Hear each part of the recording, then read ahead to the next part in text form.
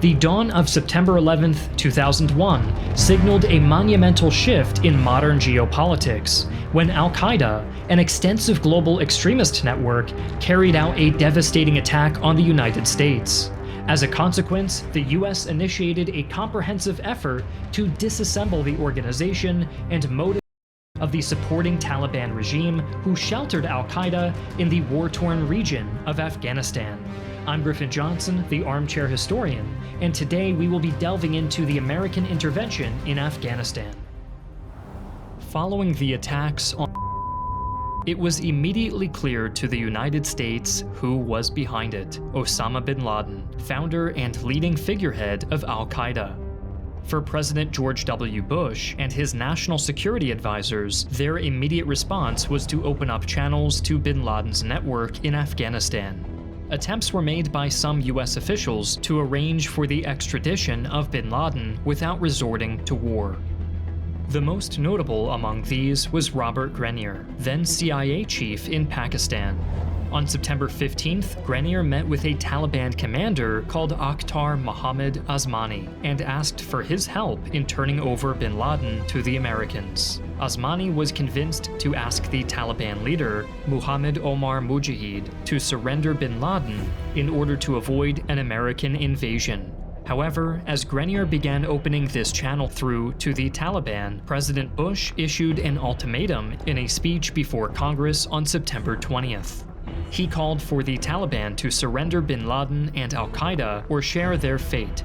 A bold demand, but one empowered by Congress, who had given Bush authority to use all necessary and appropriate force against those behind the September 11th attacks. This also included any supporters of the perpetrators. Mullah Omar refused Bush's ultimatum, claiming bin Laden had not committed the attacks. As further justification, Omar cited bin Laden's oath of allegiance to him and the Afghan people's honorable commitment to protect their guests. By this time, it became clear that the Taliban were no longer willing to hand over bin Laden, and Grenier's last proposals for negotiations were dismissed and his channels to Osmani dried up. In order to tackle the war against Al-Qaeda and its Taliban supporters, the Bush administration developed 6 strategic objectives for the operations in Afghanistan, with the key focus being the elimination of Al-Qaeda and the possible capture of Osama bin Laden. The objectives would be incorporated into the wider Operation Enduring Freedom, which was all but confirmed following the deadline left for the Taliban on October 5th. Hi everyone, this is Bisan from Gaza. More than 50,000 percent.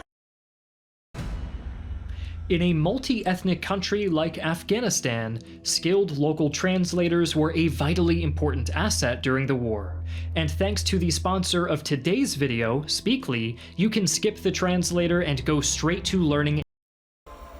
On October 7th, the United States began airstrike operations on numerous targets throughout Afghanistan, which, in turn, rallied the Taliban to Mullah Omar and bin Laden. In order to avoid the worst of these strikes, bin Laden left his home in Kandahar and disappeared, and had his top commanders sent out of the country. Al-Qaeda was virtually dismantled, except for loyal fighters who remained on the front lines outside Kabul, while others retreated east into the mountains to await the US attack. In the meantime, other divisions within the CIA were busy enacting plans parallel to Robert Grenier's overtures back in September. Under the CIA's Special Activities Division, a paramilitary team led by Senior Intelligence Officer Gary Schroen flew to Tashkent, Uzbekistan on September 20th aboard a CIA cargo plane. 6 days later, they boarded an old Russian-made Mi-17 helicopter and were inserted into the Panjshir Valley north of Kabul. They flew in with weapons, secure satellite communications gear, GPS mapping equipment, and $10 million in boxed cash. The SAD operatives were welcomed by the Northern Alliance, who were already engaged in their insurgency against the Taliban. Led by Mohammad Fahim, Schroen's agents went to work establishing the first of more than a dozen forward operating bases across Afghanistan. The SAD worked alongside Afghan warlords and rebel armies to send human intelligence back to Langley. This included important data such as the locations of minefields and terrorist safe houses. With the stroke of a computer key, counterterrorism center staff in America could keep a record of these locations and relay them to CIA paramilitary operators to assist them with field work. Operations were being driven 24/7 from inside the CIA's Global Response Center, which secured a direct line to the Defense Department's Joint Intelligence Operations Center at Central Command in Florida. The CIA's paramilitary teams would be augmented with special operations forces from the military, such as the Green Berets and Delta Force. Despite the evacuation of bin Laden and his senior officers from Afghanistan, the US military exhausted its list of fixed Taliban targets in the first 2 nights of bombing, in which more than 100 Afghans were reported killed. By October 19th, special forces had arrived with 3 12-man teams initially deployed to the areas of Takhar, Panjshir, and Mazar-e-Sharif. More arrived within the month. The Northern Alliance had 15,000 to 20,000 men split between 4 commanders across 5 different locations: the Kabul frontline, Badakhshan, Takhar, Central Afghanistan, and Herat.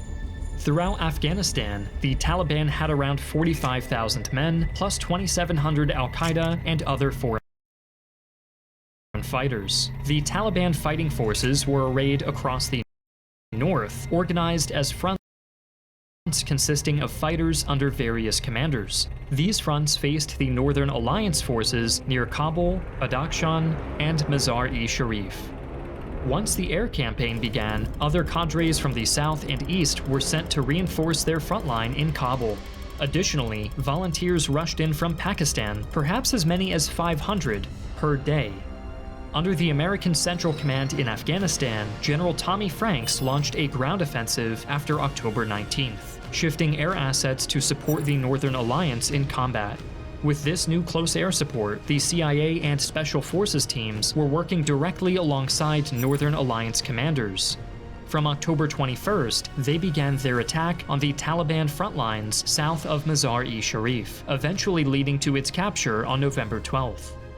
Much of the success with the Northern Alliance and US Special Forces lay in their maneuverability, making extensive use